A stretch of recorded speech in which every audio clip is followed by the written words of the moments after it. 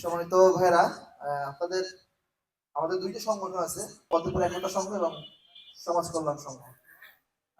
হাটহাজারী উপজেলার ফতেপুর একতা সংঘের 2025 ও 26 সেশনের নতুন কার্যনির্বাহী কমিটি ঘোষণা করা হয়েছে। শনিবার সন্ধ্যায় এক বর্ণাঢ্য প্রীতিভোজ আনুষ্ঠানিক অনুষ্ঠানের মাধ্যমে এ কমিটি ঘোষণা করা হয়। অনুষ্ঠানে প্রধান অতিথি হিসেবে উপস্থিত ছিলেন বাংলাদেশ ইসলামী ছাত্র শিবির চট্টগ্রাম বিশ্ববিদ্যালয়ের শাখার সভাপতি মোহাম্মদ আলী। বিশেষ অতিথি ছিলেন চট্টগ্রাম জজ কোর্টের এডিশনাল পাবলিক প্রসিকিউটর অ্যাডভোকেট শাহাদাত, ইসলামী ছাত্র শিবির চট্টগ্রাম বিশ্ববিদ্যালয় শাখার অফিস সম্পাদক শরীফ, সাকসুর নবনির্বাচিত যোগাযোগ ও আবাসন বিষয়ক সম্পাদক মোহাম্মদ ইসহাক ভুইয়া এবং ইসলামী ছাত্র শিবির ফতেপুর ইউনিয়ন শাখার সাবেক সভাপতি মোহাম্মদ কসির ও মোহাম্মদ ফজল। অনুষ্ঠানে সভাপতিত্ব করেন সংগঠনটির সভাপতি মোহাম্মদ নুরুল ইসলাম। সঞ্চালনায় ছিলেন ইসলামী ছাত্র শিবির ফতেপুর শাখার বর্তমান সভাপতি হারুনুর রশিদ। সত্যি আজকে আপনাদেরকে সামনে পেয়ে এমন এক অনুষ্ঠানে উপস্থিত হতে পেরে আমি নিজকে আনন্দিত মনে করছি। কেননা আপনাদের অনেকের সাথে আমার অনেক স্মৃতি আছে। এমন সময় গিয়েছেন আমরা শিক্ষা সফরে আমাদের এলাকা থেকে আমাদের গাড়ি নিয়ে রওনা হওয়ার সুযোগ হয় নাই। ঘোষিত কমিটিতে মোহাম্মদ নুরুল ইসলামকে সভাপতি, মোহাম্মদ লোকমানকে সাধারণ সম্পাদক করে 12 সদস্য বিশিষ্ট এই কমিটি ঘোষণা করা হয়। অনুষ্ঠানেই অতিথিরা নতুন নেতৃত্বকে শুভেচ্ছা জানিয়ে সংগঠনের সামাজিক, মানবিক ও শিক্ষাবান্ধব কার্যক্রম আরও গতিশীল করার আহ্বান জানান।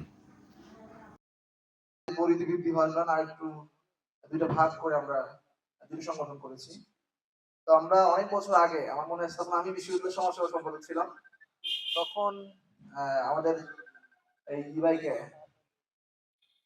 ইসলাম ভাইকে সভাপতি এবং লোকমান ভাইকে সেক্রেটারি করে আমরা একটা কমিটি করছিলাম, এবং মাঝখানে অনেক সময় পার হয়ে গেছে, প্রায় 3 বছর সময় হয়েছে, এবং ওই আমাদের একতা সংঘ সমাজ কল্যাণ সঙ্গে কমিটি করা হয়েছিল। তো আলহামদুলিল্লাহ অনেক সময় অনেক সমস্যা থাকার পরেও অনেক কিছু করতে না পারলেও কিছু করতে করার সুযোগ হয়েছে।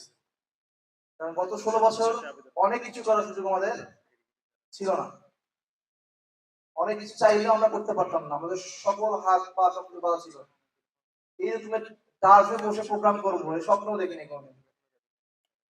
ঠিক আছে, এই যে নুরুল ভাইয়ের বাসায়, রফিক ভাইয়ের বাসায়, কারো না কারো বাসায়, অথবা আমরা ইফতার মাহফিল, আমি যখন আমান বাজারের সভাপতি ছিলাম, আমি আমার মনে আছে তখন এই ভাই রুহুল আমিন ভাই সভাপতি এখানকার, তখন আপনাদের ইফতার মাহফিল হচ্ছে আমান বাজারের এই আইএস ক্লাবে, মনে আছে আপনাদের? এই আইএস ক্লাবে গিয়ে আপনাদের ইফতার মাহফিল হচ্ছে। তার মানে ফতেপুরে আপনাদেরকে নিয়ে বসার সুযোগটা ছিল না। আল্লাহর কাছে অসংখ্য শুকরিয়া, আল্লাহ তাআলা 24শে জুলাই আন্দোলনের মাধ্যমে আমাদেরকে এই সুন্দর পরিবেশে বা আমাদের নিজেদের ময়দানে বসার সুযোগ আল্লাহ তাআলা দিয়েছে। সম্মানিত ভাইয়েরা, আমরা আপনাদের কাজগুলো যেন আরো গতিশীল হয় সেই চিন্তা করে আমরা আপনাদের এই ফতেপুর যে একতা সংঘ রয়েছে সেই একতা সংঘের নতুন করে একটা কমিটি দিতে যাচ্ছি। সকল ভাইয়েরা আগেও কাজ করছেন, সামনের দিনে আরো ভালো কাজ করছেন এবং সবাইকে নিয়ে কাজ করতে পারবেন আমরা চিন্তা করছি। তেমনি একটা কমিটি আমরা আপনাদের সামনে উপস্থাপন করবো ইনশাআল্লাহ। কমিটিতে কে জাতিকে সৃষ্টি করেছেন, যিনি আমাদের চিন্তা ও বিবেক দিয়েছেন যেন আমরা ন্যায়ের পথে চলতে পারি। অসংখ্য দরুদ সালাম পেশ করছি মহানবী হযরত মুহাম্মদ সাল্লাল্লাহু আলাইহি ওয়াসাল্লামের প্রতি, যার আদেশে আজও আমাদের জন্য সর্বোত্তম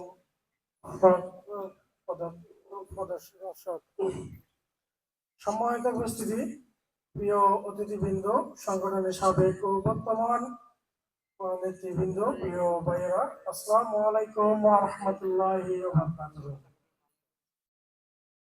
আজকে এই সন্ধ্যায় আমাদের জন্য অত্যন্ত গুরুত্বপূর্ণ আবেদন এবং স্মরণীয়, কারণ